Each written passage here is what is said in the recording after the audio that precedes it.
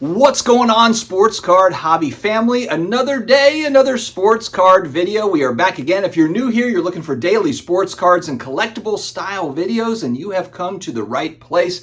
Hit that subscribe button down below. Today we are going to be reacting to another great video by YouTube channel Simon466 Cards. What's going to happen to all the junk slabs in the next 10 years? I thought this was actually a great video topic. Check out Simon466 Cards. He has a ton of great video topics and not enough subscribers, so give him some love over there at Simon466 Cards. And I'll put the video link in my video description as well, so you can check out his video. Big shout out to today's video sponsor, Hake's Auctions. Man, if you're looking for all different types of collectibles, especially sports cards, but also non-sports, also comic books, action figures, video games, all the things that we all love, Hake's Auctions has their September auction going on right now. Collector-friendly auction, as they have put it, to where most items, many of the items, are probably going to sell for under $200. So just a lot of really unique hidden gems in there over at Hake's Auctions. Check them out. All right, so let's dive into the topic. Simon really kind of covers this nicely, and he's got a few ideas of what to do with the junk slabs. It's no secret that they are grading a ton of cards over there at PSA and the other three big grading companies, millions of cards every single month. And look, guys, I mean, we know the reality is that a lot of these players are not going to work out over the long term. And we're mainly talking about modern, ultra-modern card slabs. You know, will there be some vintage slabs, I suppose, that are also junky? Maybe, you know, commons and stuff that maybe you're trying to get a certain grade, you don't get it. And also non-sports type stuff where you're speculating on something and then, it didn't work out, whatever. So there is going to be a lot of plastic out there, no doubt about that. And so let's walk through Simon's ideas, and I like these. I actually liked all three of them. The first one, PSA junk slab buyback program, kind of like what a Topps would do. And this is actually pretty cool. So you get something in return for your junk slab, and then PSA essentially recycles these. Think about the good juju that would put into the market for a PSA, kind of the big conglomerate for grading. They're grading over 1 million cards every month. If they had kind of a buyback sort of program, like you turn in the can, you get 5 cents back or whatever, or some sort of credit towards more grading, I could see them doing something like this. They're not really probably motivated to do it yet because they don't need to. They're probably hitting capacity. But what happens if they're not all of a sudden hitting capacity? This could be a great idea if sports card entrepreneur. Who knows? Maybe they drop down, they're grading $400,000 or $500,000 cards instead of 1.2 million. How can we drum up some more business without necessarily lowering prices? A PSA junk slab buyback program. Interesting. And then PSA does the recycling thing where they don't go into a landfill. Love it.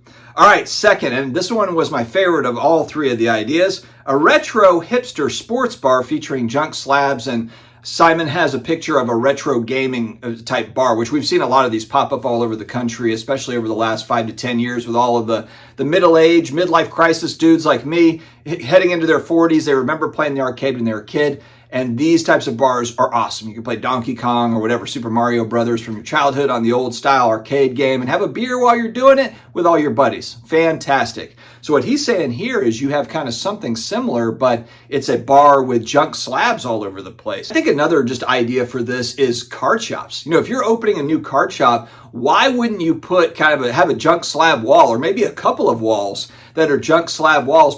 Just visually, I think that would be really interesting. I think people would be like, whoa, what the heck is going on? That entire wall is full of junk slabs. And maybe a card shop would want to actually try to sell them. But I think, and a lot of people have said this before, this is not just me, but the dollar bin that everyone's going through, the top loaders, there will be that dollar bin or the $2 bin or the $5 bin of slabs. It already exists.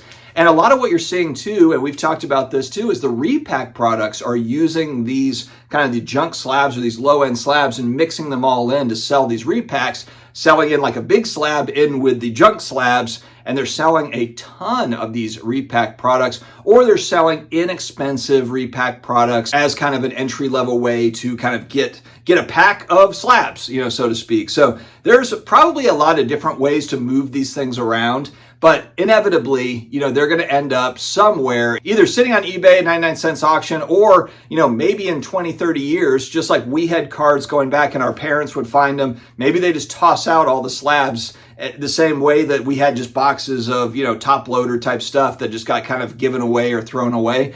maybe they end up just going to Goodwill. Maybe there will be a lot of slabbed cards at the Goodwill and the Salvation Army in decades to come. It wouldn't really surprise me, to be honest.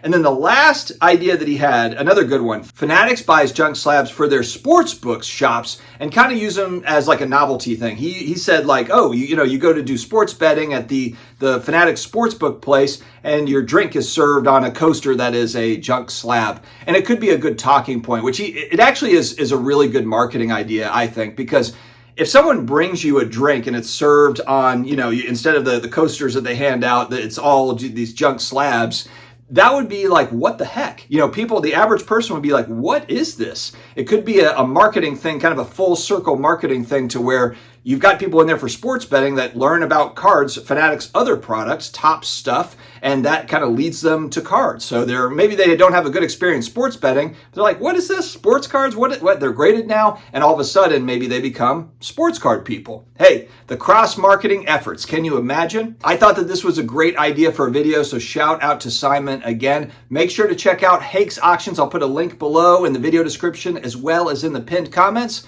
Stay healthy, stay awesome, and I will talk to you again later.